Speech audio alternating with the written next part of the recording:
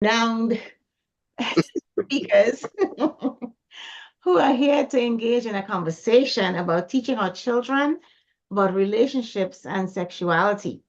So I'd like at this time to invite you to call your friends, neighbors, family members, church members, and ask them to come and join this conversation with us. It's important for us to have as many people as possible on this conversation because the information that will be shared is valuable to all. So reach out to your loved ones and invite them to come along and participate in this discussion this evening. So about that, folks. I'm good. Okay, I think we are ready to go. So again, welcome to another episode of Real Talk Family Life, teaching our children about relationships and sexuality. The objective for this segment are several, given the topic.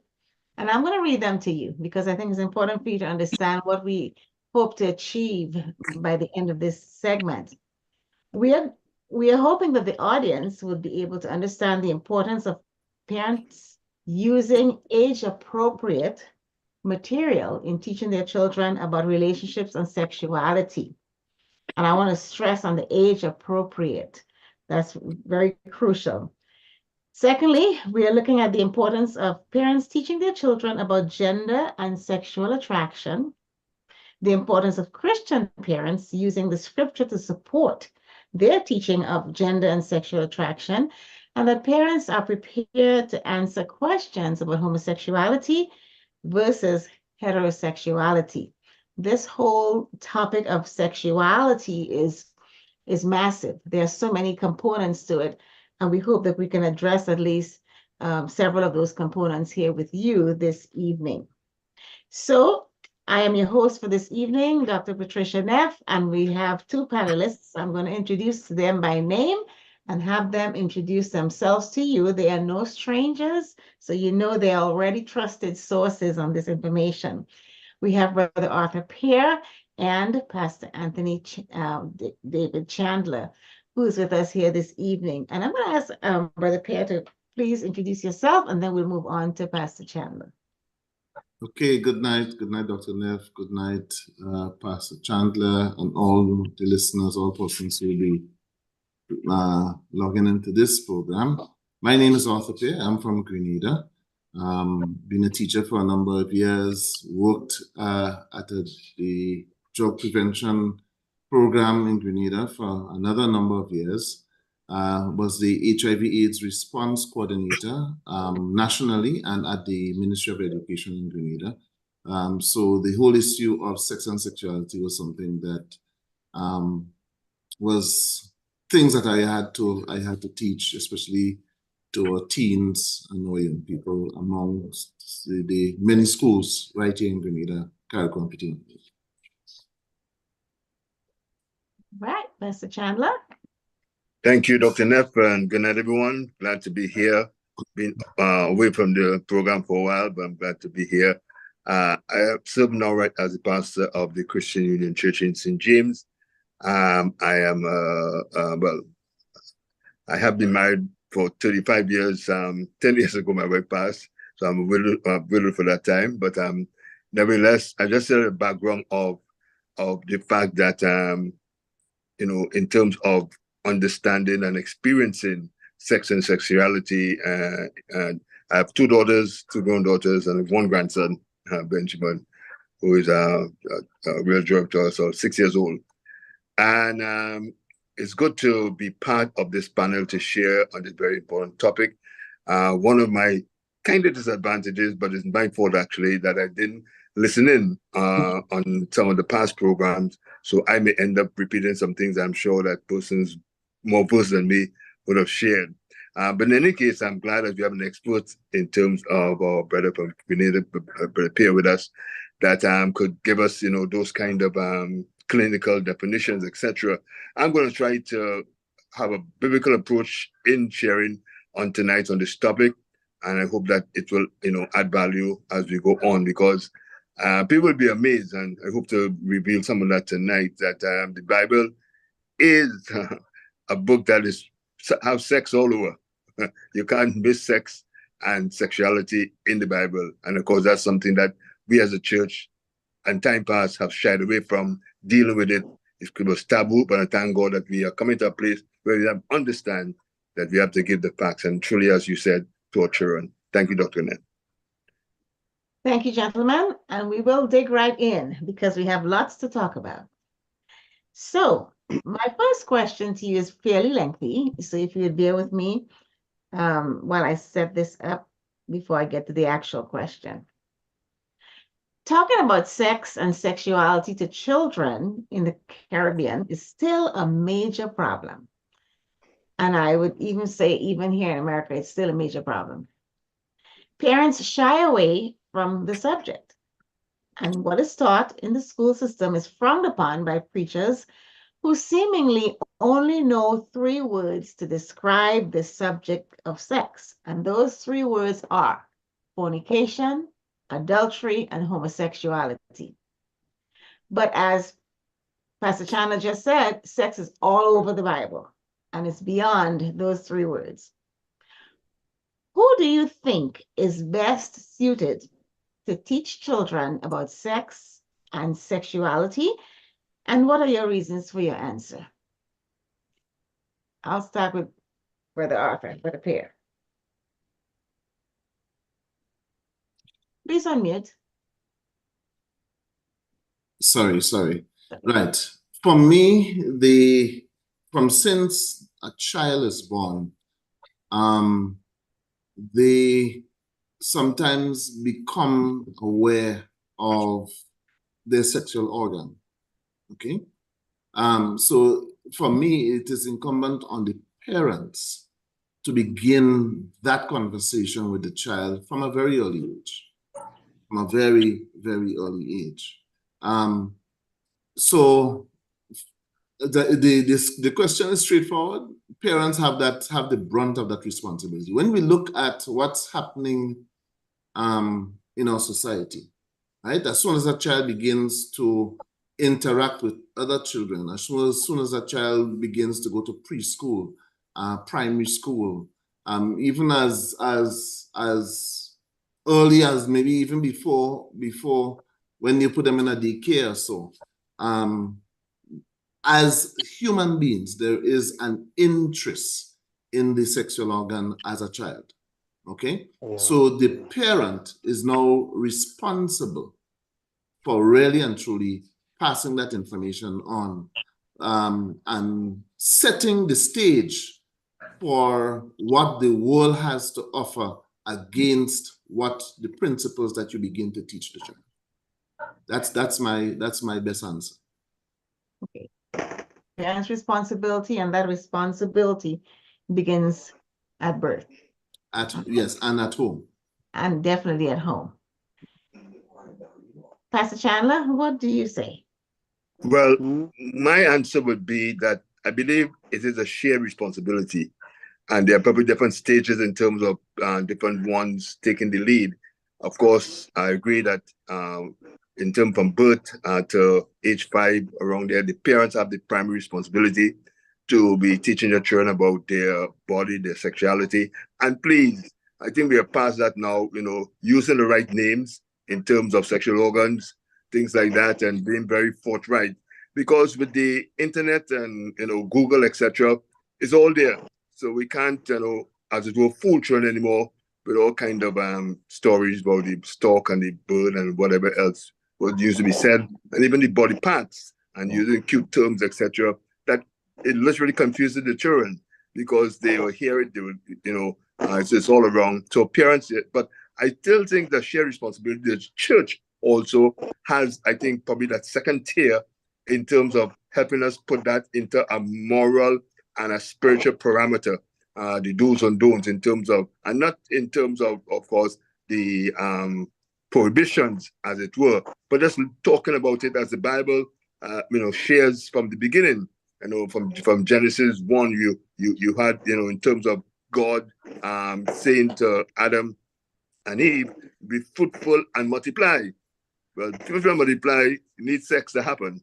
And so we need to, we have to be upfront with our children. And of course, the school, of course, that's an area that we may not have too much control of. Depends on that school environment, the philosophy of the school, etc. And even now, in schools, some school systems are forced to give children a lot of options in terms of what is right or acceptable, which may be contrary to the principle that we want to teach our children. So yes, even though I say shared, yes, it primarily starts with the parents, but it is shared even going through their upbringing and development. Thank you. Okay, so Pastor Chandler says it's a shared responsibility, but parents bear the primary responsibility from very early in age up to about 5 before they enter school to teach the child about sex.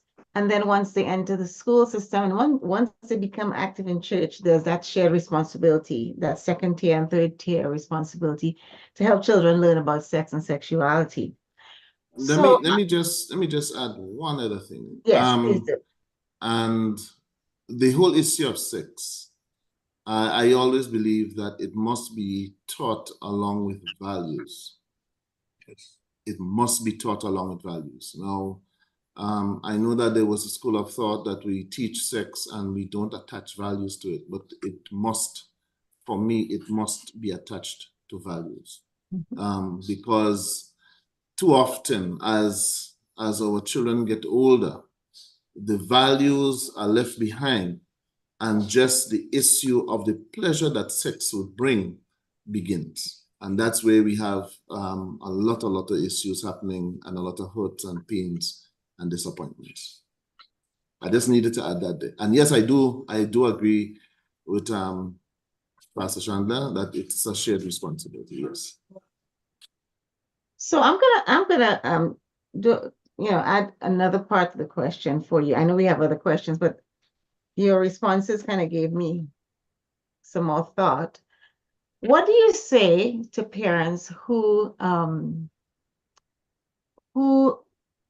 find it difficult to accept the assistance from the church or the school or the community in teaching their children about sex? Parents who do not teach their children at home about sex, first of all, and when the children are exposed to information or taught about sex and sexuality at church or at school or in other community groups, parents are upset. I mean, they're mad because, it's not your responsibility to teach my child. I'm not ready for him to learn. How dare you raise this subject with my child? What do you say to that parent? Well, I will say, hey, wake up. You're in the 21st century and the information is out there. You can't hide it from the children.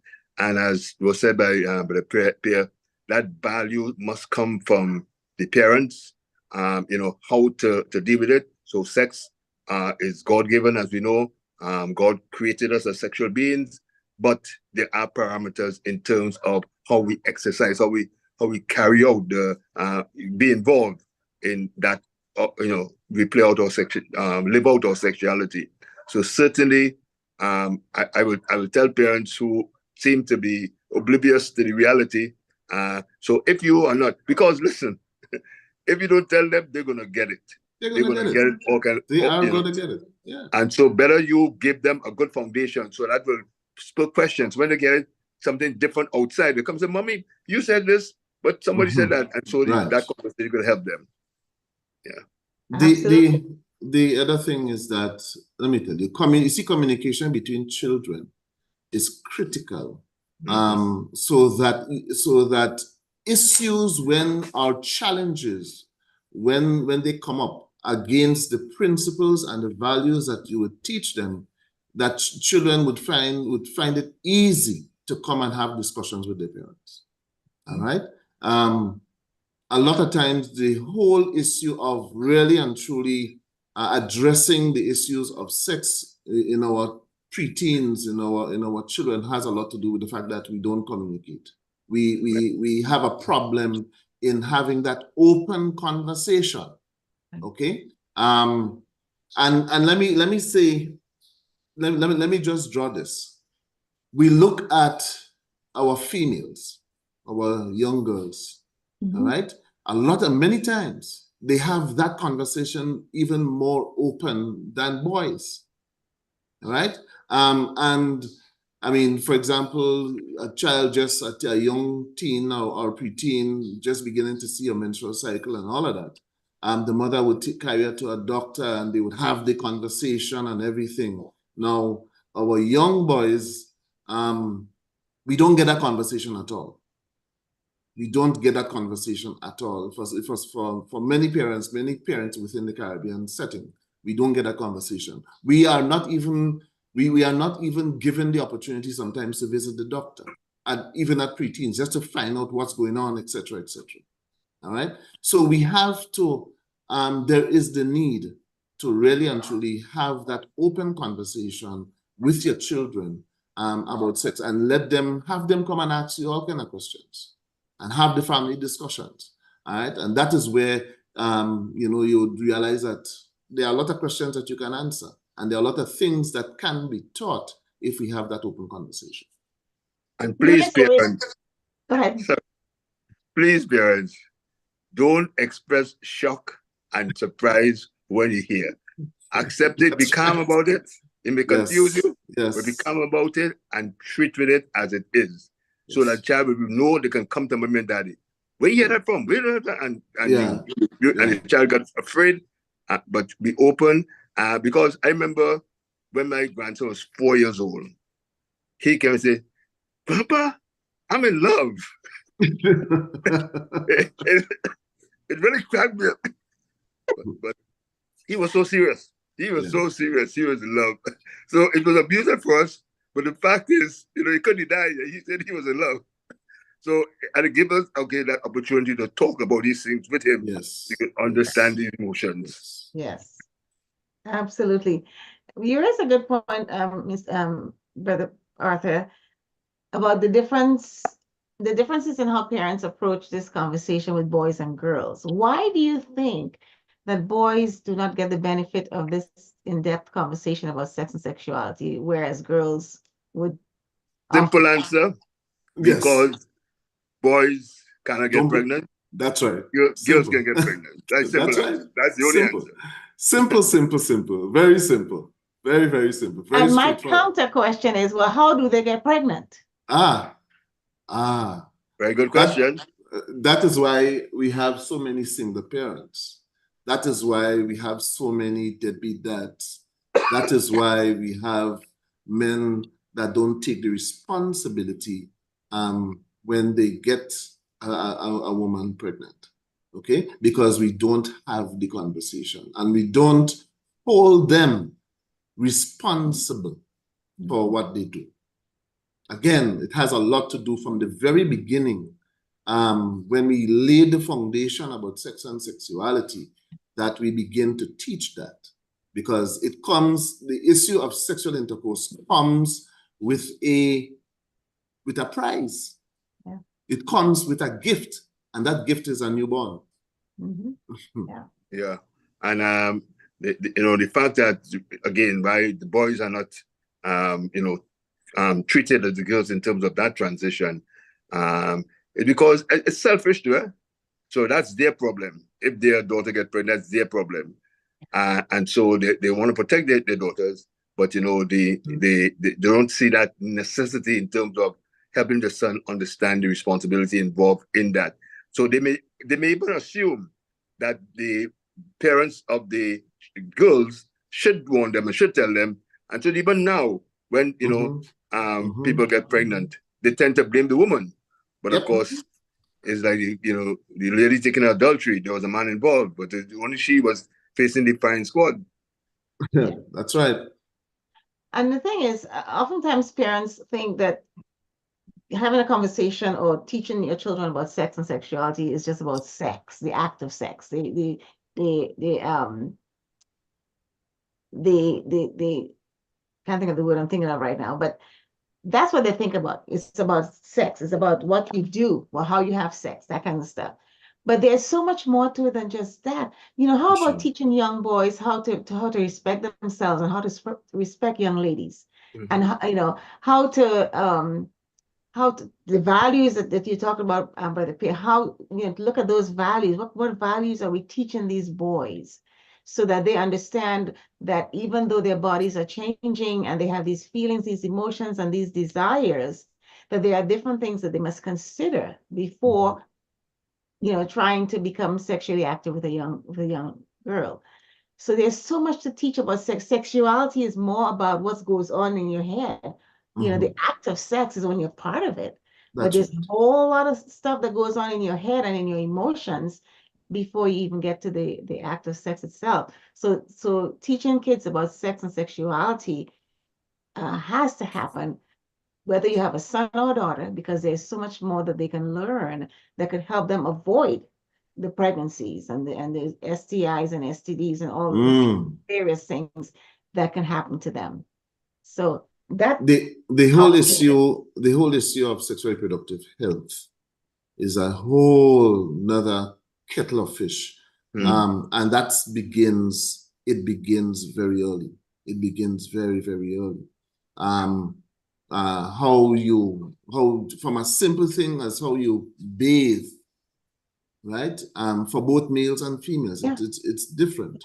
And we have to, parents do it, and a lot of times they don't teach it.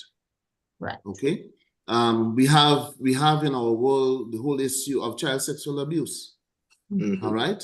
And that's a whole another kettle of fish that we have to begin to teach our children, one, to respect body and have other people respect your body. Yes. Okay. So we can't just leave that up to institutions on the outside. We can't leave it up to what we see on the internet and what is Googled. We have to be able to impress upon that child the value, and we have to model that sort of value in front of them as well. Yeah.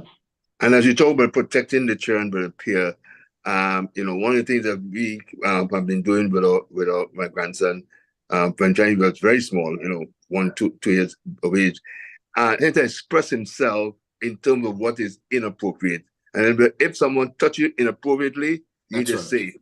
And Ben will do that, and say, you touch me up, she will say it, because that was taught him early, what is appropriate and not appropriate into him as a child. That protects him, because as you said, people will do things and the children may not be sensitive. But if someone makes you feel uncomfortable, that's a red flag. Yes, that's a red flag. Tell mommy, tell daddy. And of course, we as parents have to believe the child. Yes. And you have to deal with it in a calm way, but that's right. Way. Yeah. And we talk about Pastor Chandler just talk about that day, about the awareness. That is emotional intelligence. It is. That is emotional intelligence, right? Yeah. So we have to begin to let our children know that this here is a wrong touch. This here, is and if that child is very young, mommy and daddy still bathing that child, they understand that it is a process, and as we do that, we begin to teach. I have 2 daughters and 2 sons, and I bathe all my children when they were young, right? But after a particular time, I said, look, you have to do this, and mommy would do that for you, or you have that conversation even while they're bathing, all right? While they're bathing, so they become comfortable. And they know that they must be respected when it comes to their private parts. Yes.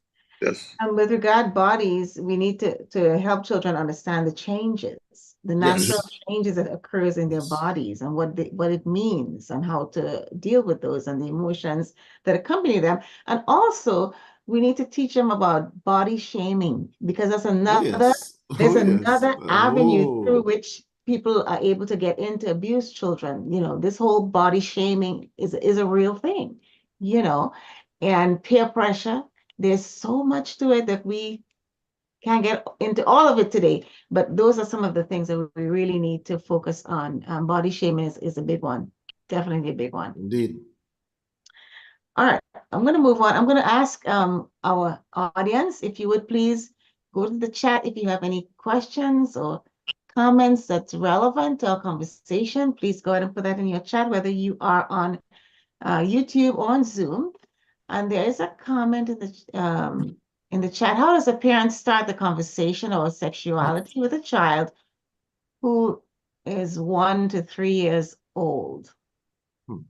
I think we just started that conversation, you know, Yes. as you And I engage think, with them, talk yeah, about their body parts, and yes, that's right. good touch, I think, bad yeah, touch.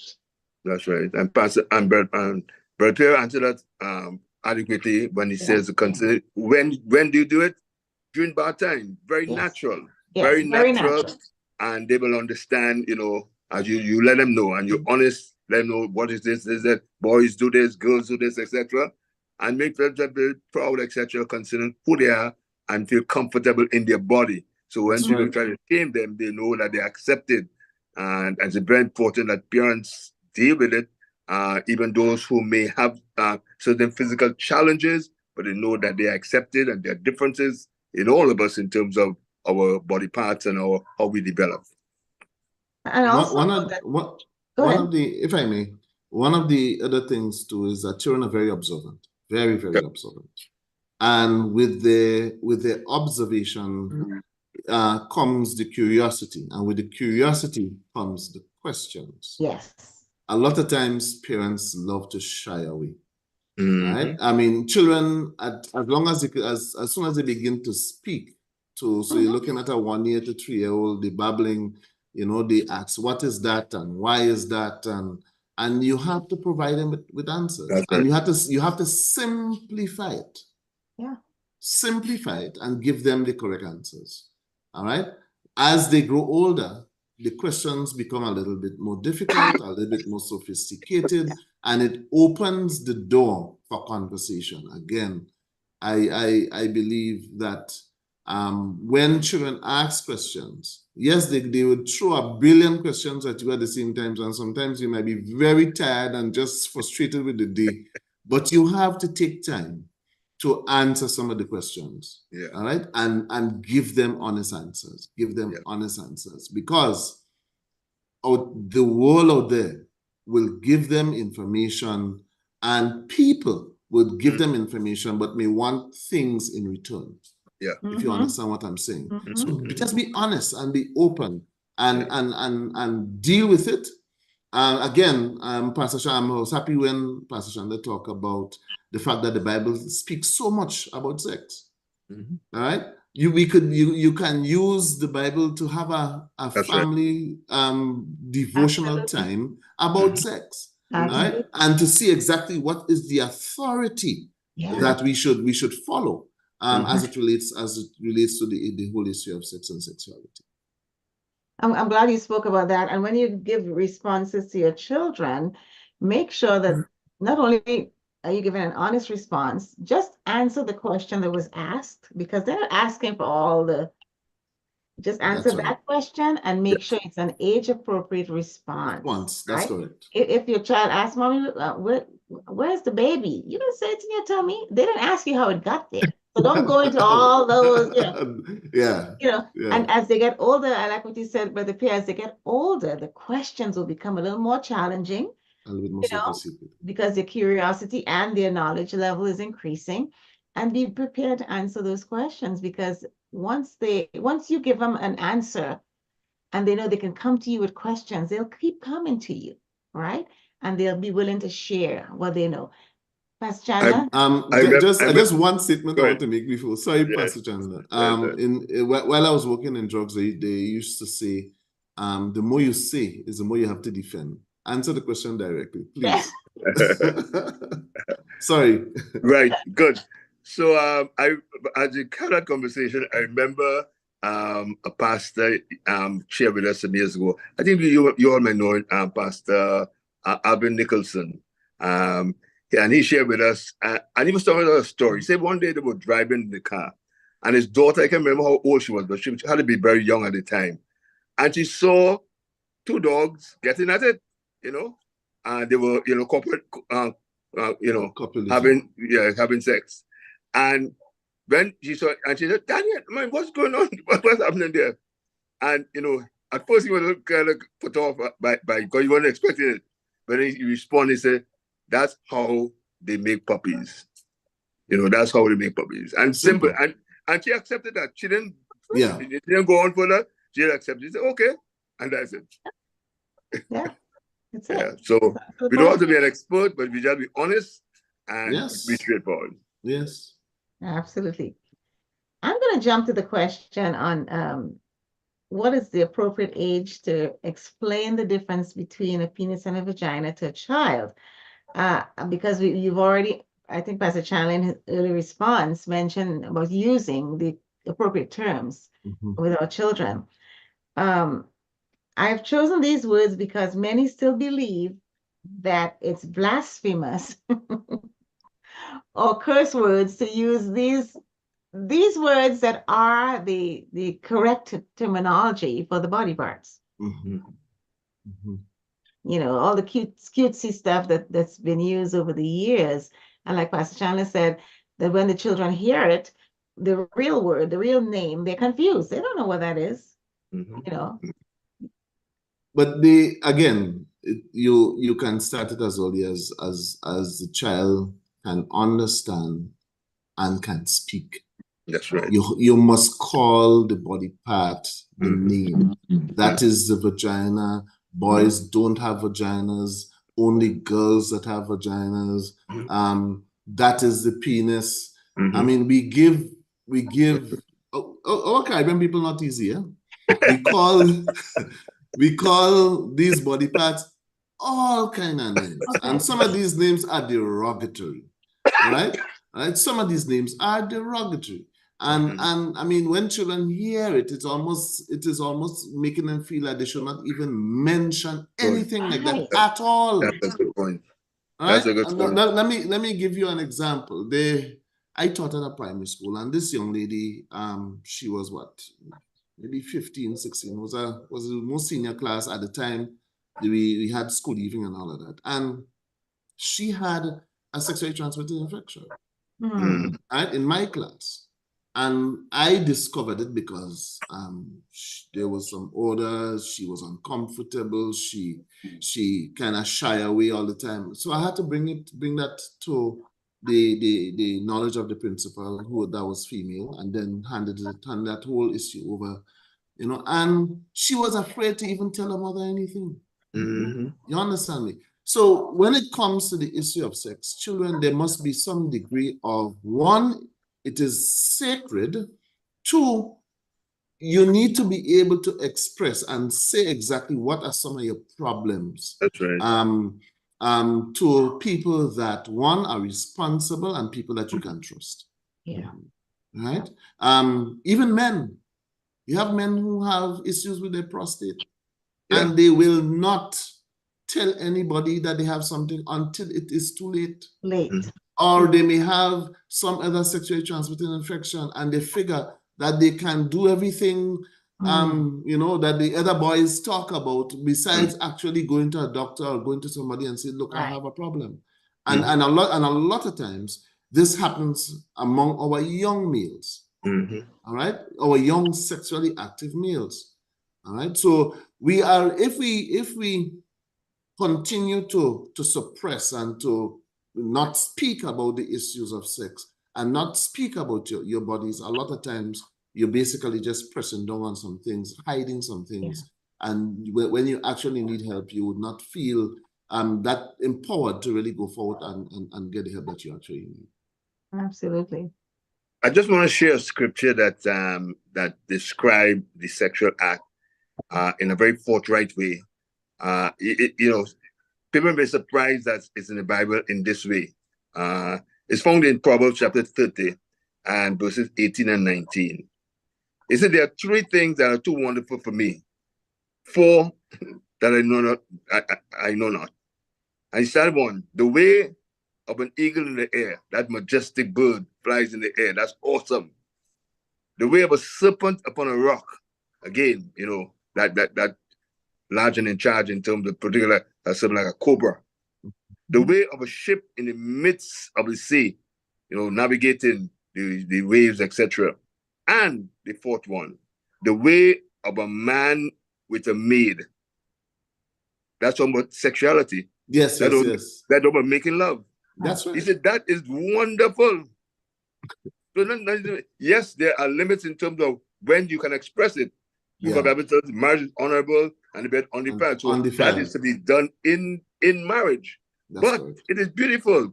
So you have, if we don't do the right thing, Dr. Neff, early, when the girls particularly, and sometimes the boys, get into their bedroom chamber for their honeymoon, they're scared, they're frightened, they're traumatized. Right. But if they understand that, hey, the Bible tells us that one of the 4 things that are so awesome is making love. Yeah. Nothing to be ashamed about, but to be done with the right context. I was going to say they're traumatized because there was so much shame attached to it. Yes. To your body. Yes. Yeah. Absolutely. Absolutely. All right, I'm going to look in the chat. As we teach them where their head, shoulders, knees, and toes are located, we also teach them where the vagina and penis is located. This can normalize the sexual organs as another body part for children and prepares the foundation for other conversations as they develop. Absolutely. Totally. That's correct. That's correct. You name all the parts, but then you get to that part and that has a cute name. Be consistent. Right. And as Brother Pierre said earlier, sometimes the name is derogatory. That's right. I agree with that. Yeah, we have to be consistent in how we teach the body parts.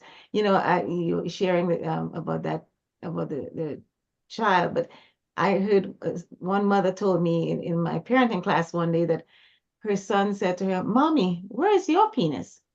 So he didn't know that there's a difference, right? He did not know that girls and boys are different. But I like Brother Pierre when he said when you're teaching your children, they understand the difference between the body parts of males and the body parts for boys. All right, let's move on to another question. Can you explain to the audience what is the difference between the terms sex and sexuality and gender identity? Sex, sexuality, and gender identity. Wow. Yeah, that's you, Brother Pierre. That's yours.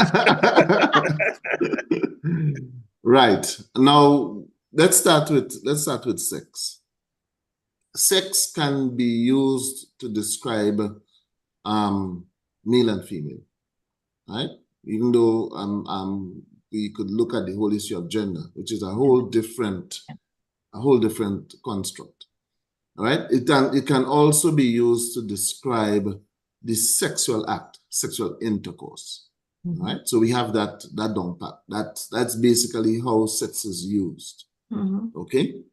Sexuality, they would talk about the maleness or the femaleness, the behavior of these two sex or these two genders. All right. Now, in one of my classes,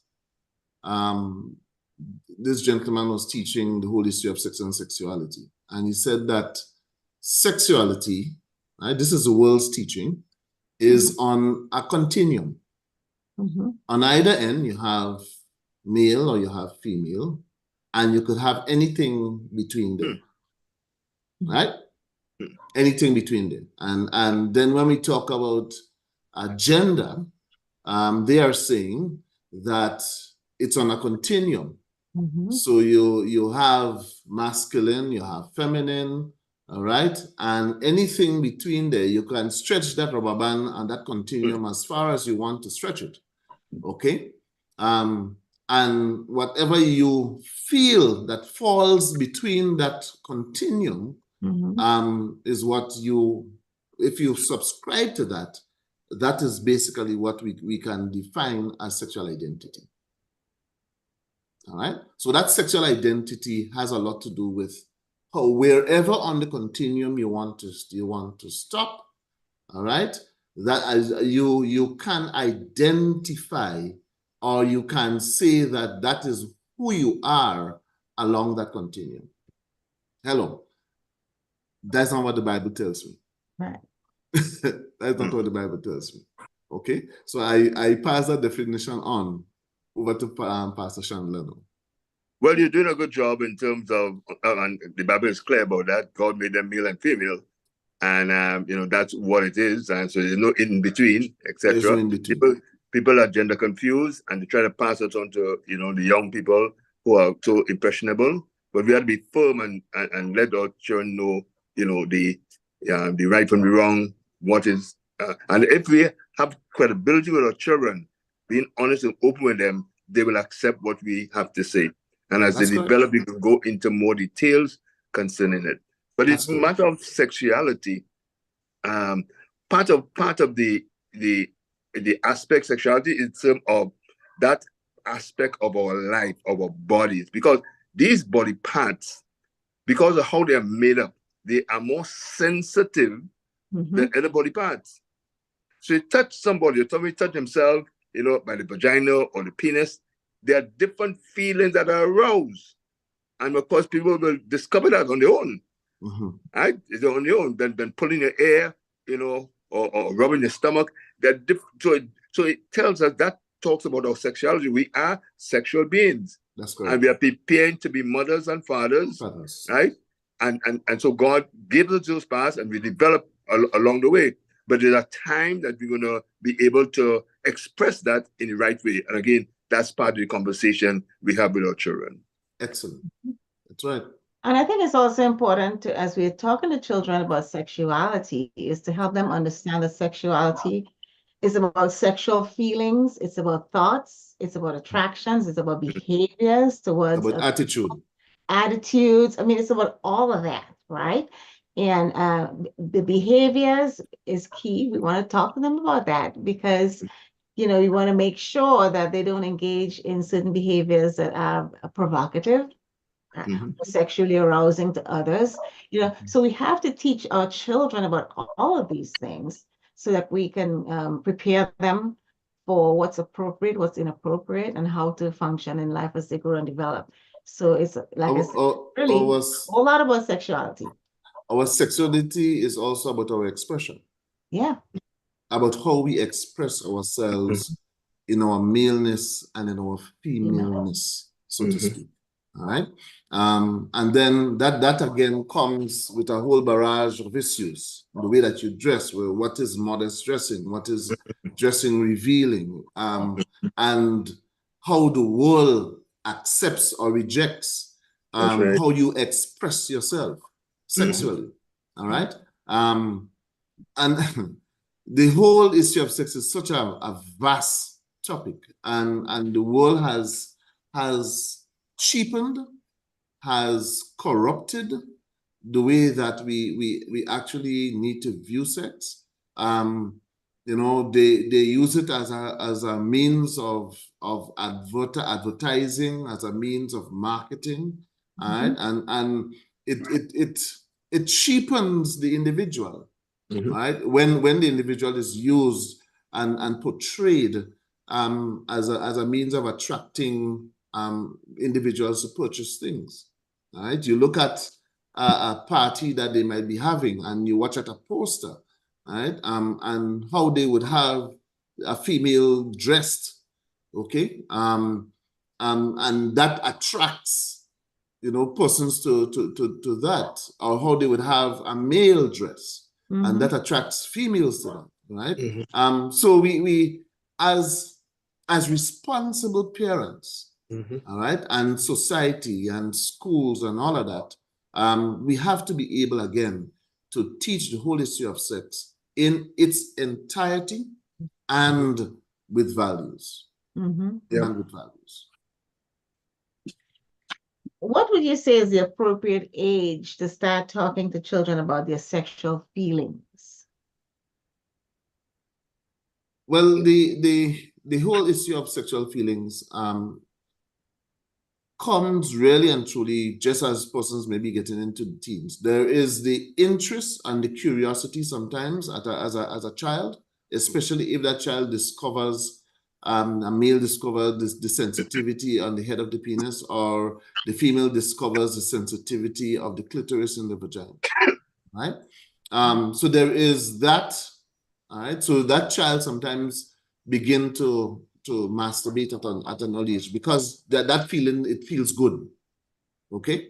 Now, what we do discover is that as children get older, now before, let me say, in the earlier ages, 5, 6, 7, there is not girls not interested in boys. They want to do their girly things on a natural basis, on a normal way. And the boys want to do their male things, right? But as they get older, as they hit in 13 and 14 and sometimes even earlier than that, there is now the interest in the opposite sex. All right. Now, a lot of Caribbean parents, when the girl begins to see a period, that is where the serious talk comes in. That is where we say, and they would tell you, parents, persons my age and sometimes older, the mother would tell the female, you need to stop playing with boys. You need to stop playing with boys. Like if playing with boys all of a sudden creates a problem.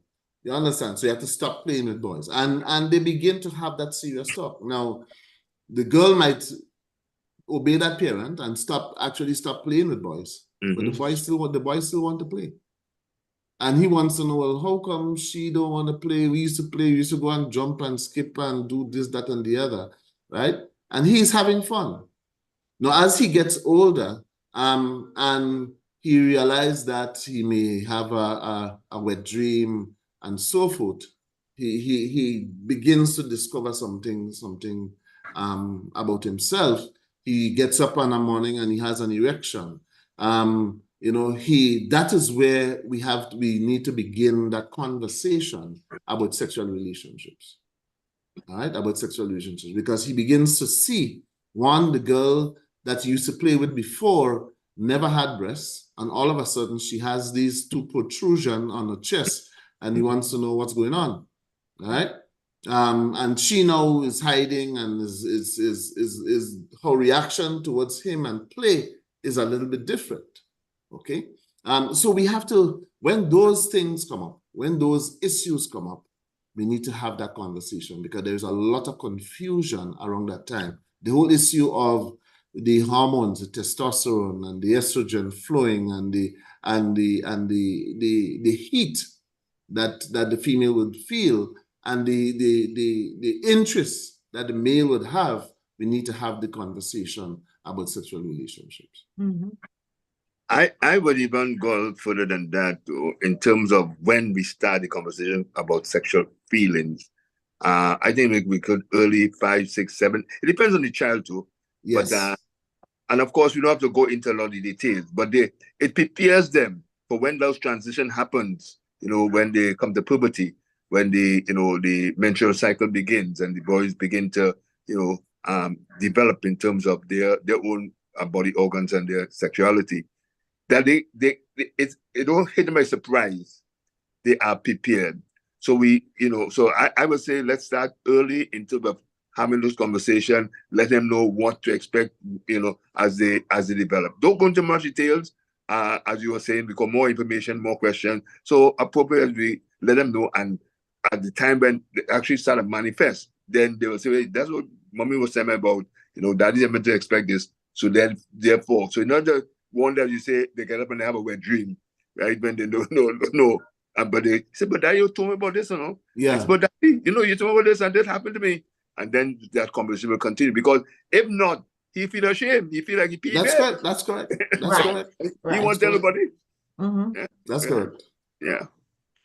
And I totally agree. The earlier, the better, because there are certain things that happen that occur along the different ages and stages of development that fall under the umbrella of sexuality. Again, we're not talking about having sex. We're talking about the children's bodies and how they develop, and the emotions, the feelings, the sensitivities, the changes that occur at different ages.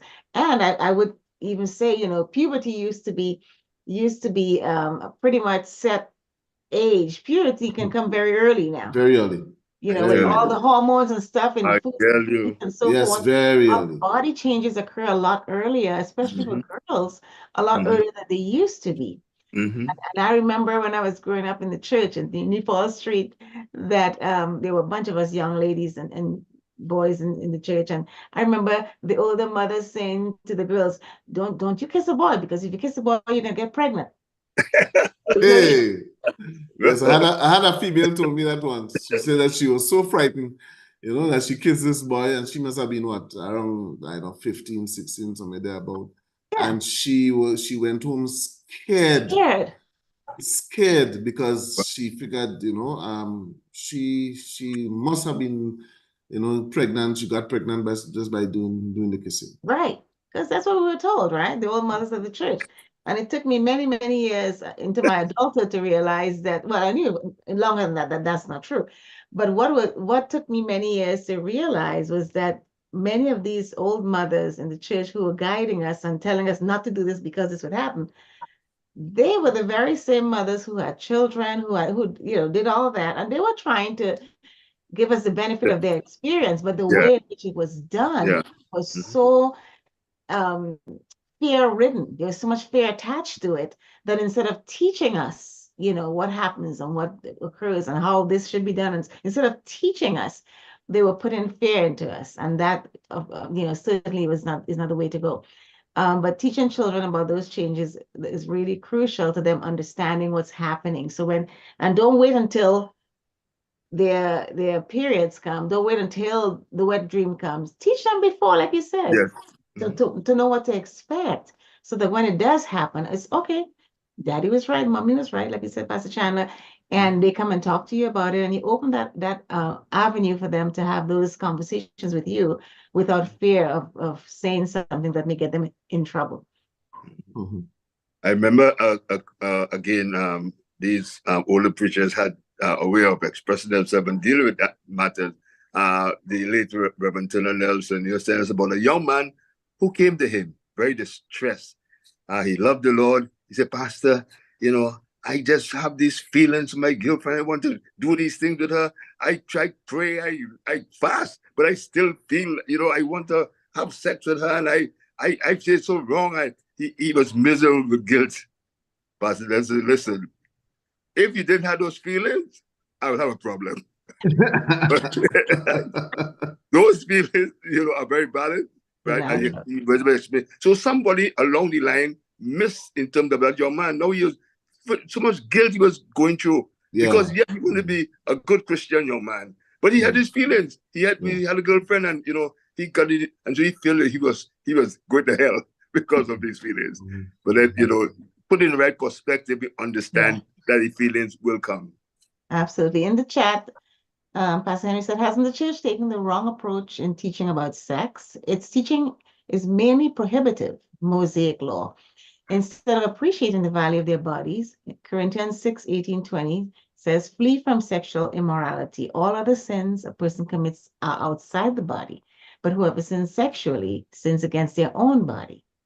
Verse 19, do you not know that your bodies are the temples of the Holy Spirit, who is in you, whom you have received from God? You are not your own. Verse 20, you were bought with a price. Therefore, honor God with your bodies. And this is something we can teach them from very early, how to honor God with their bodies, and that their bodies are a temple. And going back to good touch, bad touch, so that they can have those conversations with their parents. Any comments on Pastor Henry's?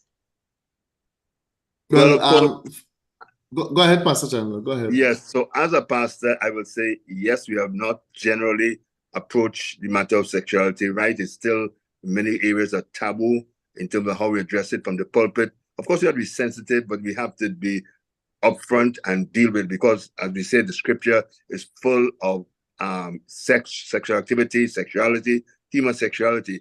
I mean, you can't miss it. In Genesis chapter 4, right? It's the first verse. Adam knew his wife, and she conceived and bore Cain. Right? So Adam had sex with Eve. So it's there plain before us. Yeah. But we got cute, and Adam knew his wife, and she conceived because they wanted to kiss, but that knew his wife. They were intimate, and so therefore there's no excuse for us to be hiding and not expressing it in appropriate ways to our congregation, to our young people. letting them know what is normal and natural. Of course, in that conversation, we let them know there are, as in other things too, in terms of what is appropriate, what is right, what is wrong, right?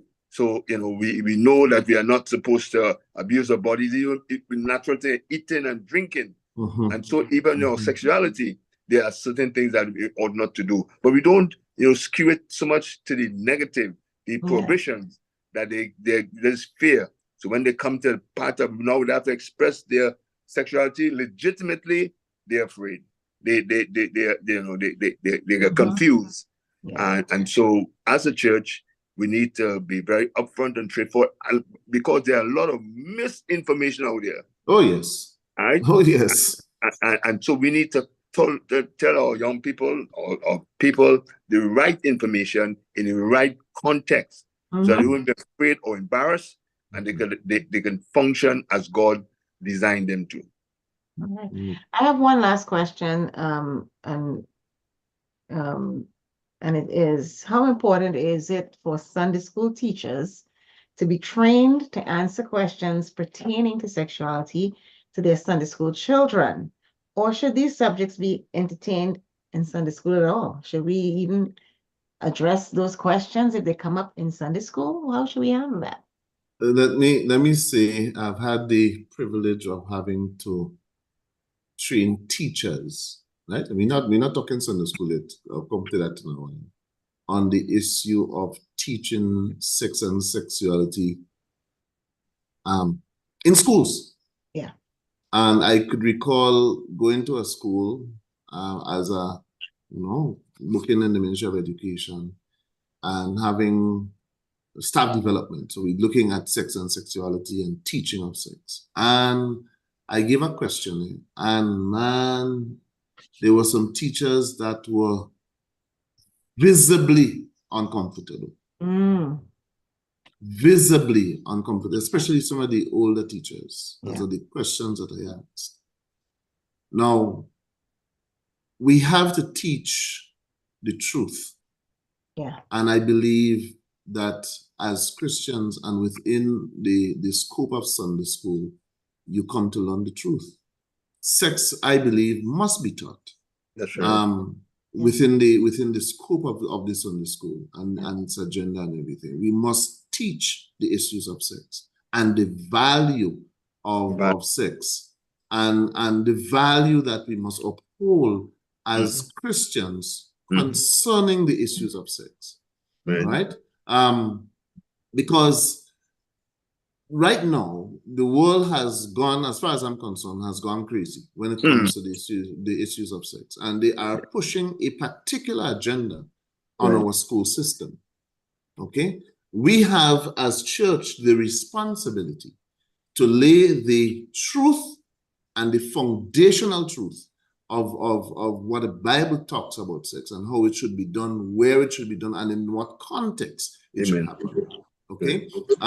So our Sunday school teachers must be exposed, must be comfortable, must be forthright to be able to pass on the truth and the knowledge and the values that we ought to have our children to play. And I certainly endorse that statement from Brother Pierre in terms of training. But I want to add another dimension, and sometimes we overlook. But I don't think these days we cannot. We have to vet our teachers, people we expose to our children. We have to do some background check. Not everybody is a so even that training we need. It's not just training, yes, that's necessary, but we need to know who we allow to interact with our children. We need to know that, and if we don't, right now there could be legal issues for the church. If we someone who may have problems in terms of some kind of sexual deviation, and we expose them to people's children, we could be liable. And so beyond the liability in terms of the legal challenges, is it our responsibility as leaders to ensure that the people that we expose to our children, right, in Sunday school, not just know a lot of Bible, but they also have the moral lifestyle principle, and they don't have no skeletons in their In the closet. closet. Oh, yes. Right? Because Oh, as the yes. Catholics discovered, and I suppose also in terms of churches like ours, right, that people are abused because the pastor, as a priest, is an authority figure. That's correct. The pastor said, do this or do That's that. correct. Yeah. That's Right? correct. The teachers said, do this or do that. Yeah. And poor children, they obeying. And so we need to be very careful who we are exposing our children to. And I always tell our young people, children, if anybody makes me uncomfortable, whoever, let me know. Anybody tell me uncomfortable, let me know. Yeah. Right? I remember a young child, and they were actually visitors within our church, and she was uncomfortable with a certain brother who was, helping. He wasn't authority, but helping. He seemed to be, wanted it. And when the mother told me concerning that, it's not that the person had done anything wrong, but the child was uncomfortable. So I told the brother, listen, I want you to step away from that ministry for the time being, because you use it other ways. Right? He wasn't too happy about it, but I was concerned with the child and the child's feeling. So somewhere along the line, until he expressed himself, the child felt uncomfortable. Uncomfortable, yeah. And for me, that was it. Yeah. Now, I just want to add something to what Pastor Chandler said. In our secular world, when we choose teachers to teach issues of sex, we do the background checks. Good. Right? And there's questionnaires that you have to answer. There are things that you have to, because you want to be able to have somebody that, one, knows what's going on, but two, is they are comfortable with the delivery, and they may not have, they do not have any issues that can, skew the information that is being sent, etc. Right? We have a lot of persons that have been sexually abused. Yes. Right? A lot of persons that have been sexually abused, and just having the conversation creates a lot of problem for teachers as well as students. Okay, so that is extremely valid. Yeah, I know at our church, I'm over Children's Ministries, and all of our teachers, volunteers, anyone who interacts with children or serves in Children's Ministry must go through a background check and have a fingerprint card. Yeah, we do not allow anyone who is not background checked and fingerprinted to interact with the children. So that's key, because like you say, by the time you discover that there's a problem, it's too late. Right? It's too late. It's too late. So yeah, absolutely. I mean, it really and truly, it should not be like this. But that is the stage at which our world is at this particular time. Absolutely. And I want you guys to let me see, now more than ever. While you work on your closing remarks, I just want to share something with you for the churches to consider. About 4 years ago, I had a retreat for our young people, our teenagers, 6th grade and up, a youth retreat, an overnight retreat. And one of the sessions that we had was on sex and sexuality. And I had, at that time, we had a new pastor and his wife, and I had them to lead those sessions. But what I did that was different was that I alternated. So Sister Mackie led the girls session, Pastor Mackie led the boys session, and then after a period of time, I had them switch. So he met with the girls and she met with the boys, because I think it's important for girls to understand from a boy's perspective what sex and sexuality is all about, and for boys to hear from a female, from a girl's perspective, what sex and sexuality is all about. Because boys hear from their fathers and uncles and other male people in their lives about how to be macho and how to be this and that and divide and conquer and all that the macho stuff. But they don't hear about how to be respectful, how to respect a young lady, how to treat a young lady, how to respect her, how if she says no, to honor that, to accept that, and to hear from a female about what it is to be a girl and how they navigate sexuality was key for them. to hear and understand, and the opposite was also true, to hear from a male's perspective on what it is, what what to expect, on what is appropriate, what's not appropriate, from the other gender. And that's something I would encourage you to consider when you broach the subject of sex and sexuality with your young people, to not only teach them from a same gender perspective, but to let them hear from the opposite gender, so that they understand the nuances about sex and sexuality from that perspective. And All that right. is so very true. That is so very true, especially the whole issue with the sexual relationships. Too often the world sells a different story. And too often that is the story that our young people believe. Yeah. I come across too many young ladies who feel that because a boy says she's pretty and nice and says all the flattery stuff, that she has to give in, And oftentimes it's the young lady who does not hear from her dad and from her family how beautiful you are, how you're fearfully and wonderfully made. That's daddy's job. How you're made in the image of God. And they don't get that at home. And when the first male out there says that to them, they're gone. Yes. So we have to really, even as fathers, speak to our daughters. We are seeing a turning of the tables now, where women and girls are becoming even more sexually aggressive than boys. Yeah. All right. And our boys are considered soft and mama's boy if he basically does not agree to have sex with the female. So I mean, it is, we have to fortify our young people and let them, one, respect their bodies and have persons respect them. And I know we're not addressing this in this segment, and I hope we are in future segments. But we also have to talk about the whole social media aspect of sex and sexuality, and what kids are being exposed and all of that. Yes. Yeah.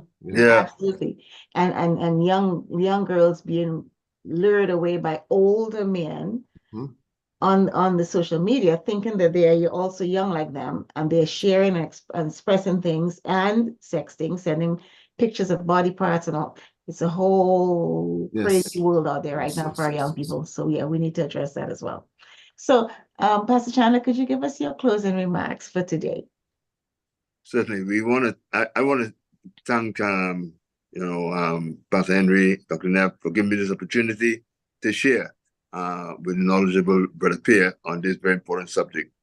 It is important because it's really literally life and death for our children, even their experience coming up as adults, becoming parents themselves, becoming a husband, a wife. It's very important that we approach it with that openness and honesty. The Bible is a great place to do. We can just use the Bible alone as a manual in terms of teaching about sex, because the Bible is very forthright, talk about all aspects of sex. Talk about the no in terms of homosexuality, but a man with a man, a woman with a woman. So it's no cover plain concerning what is right and what is wrong. I alluded to Hebrews chapter 13 verse 4 earlier, which said marriage is honorable, bed undefiled, which speaks about sex, that sex is good, but in the marriage bed. But whoremongers and adulterers, God will judge. So there's wrong sex. Whoremongering is buying and selling. So sex is not a commodity to buy and sell. And adultery is stealing, right?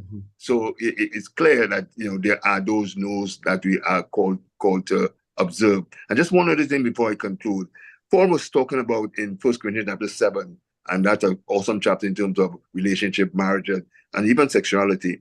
And he was talking about a gift. In verse 7, he said, I would that all men be even as myself, but every man has this proper gift of God, one after this manner, and then after that. There are some people, and we have to also put that in the discussion, that they are, as you were talking about, people forcing young men. But God may choose, for his reason, certain people that will not have those sexual feelings and urges. And if it is something of God, it's not because they're ashamed or because they're embarrassed, but it's because God called them to a special calling and dedication, as he have had different men in the Bible who separated themselves. This happened when I was talking to the folks. I was talking about Anna, who was a prophetess she was married. That's one who encountered Jesus when he was taken to the temple, at a very young, when he was being dedicated in the temple, and he went to be offered up. And this prophet Anna, she was in her 80s, but she was a virgin since she was married for 7 years. Scripture tells us that's in Luke chapter 2, around verse 36, 37. Right?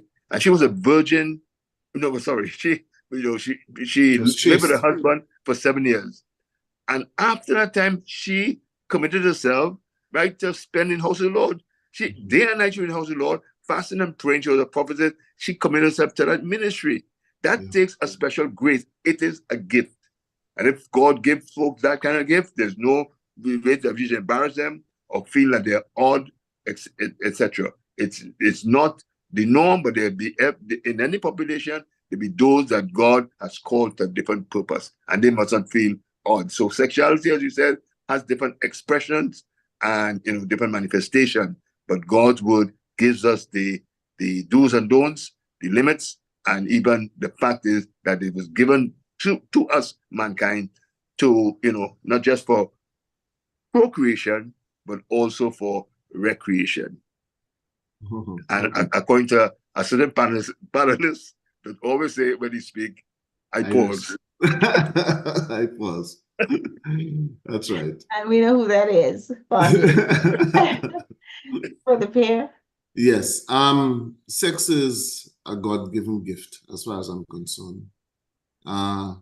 We are all sexual beings, and it is something that we should have full knowledge and responsibility for.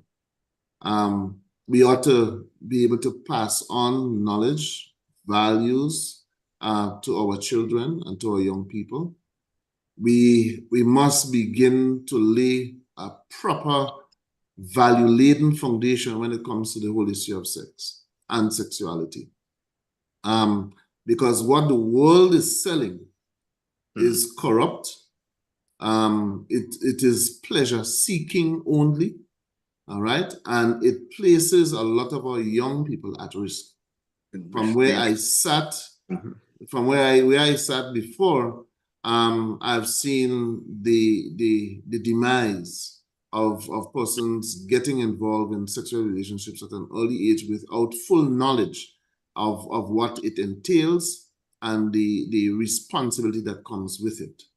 The church, all right, the church, through the Sunday school, through the teaching, must teach what sex really and truly is, and what God has ordained to be used as it relates to the whole issue of sex and sexuality.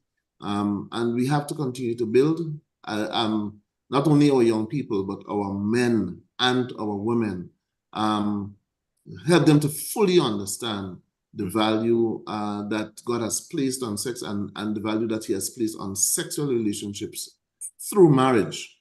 Okay, we must understand that and live that out so that we can model that for our young people. Amen. Thank you, gentlemen, so kindly for your closing remarks. I'd like to acknowledge Pastor Bertram Jones in the audience. Pastor Jones, is there anything you'd like to add to the conversation? Good evening to you, Doctor, and the whole panel. I'm not really, I think it was very good tonight. I learned a lot, and let's keep up the good work. God bless you all. Thank you. Thank you, sir. Yeah. Again, we thank all of you for attending Real Talk Family Life, having a conversation about teaching our children about relationships and sexuality. I hope that you at least gleaned some nuggets on how, as parents, how to use age-appropriate material as well as the Bible, scripture, to help support your teaching of gender and sexual attraction and sex and sexuality to your children so that they could be well prepared for life and life in Christ. We'd like to welcome to the screen Pastor Henry to close it out for this evening. Thank you, Pastor Henry. Thank you very much, Dr. Neff, Pastor Chandler, Brother Pierre. Thank you very much. Yes, man. Let me say that next week, God's willing, we have a very, very interesting topic. It's going to be on romantic relationships, and we're just going to be looking at attraction. There's so many things that you guys share tonight that are so true. We have a lot to do. When it comes to sexual relationships and sexuality, I still think that the whole concept of helping people to appreciate who they are, their awareness of who they are, that message needs to resonate a lot more in our communities. The woman who dresses perfectly, being the bank clerk, being the CEO, doesn't matter whatever office, the ambassador or what have you. Those 2 days in February or March Or August.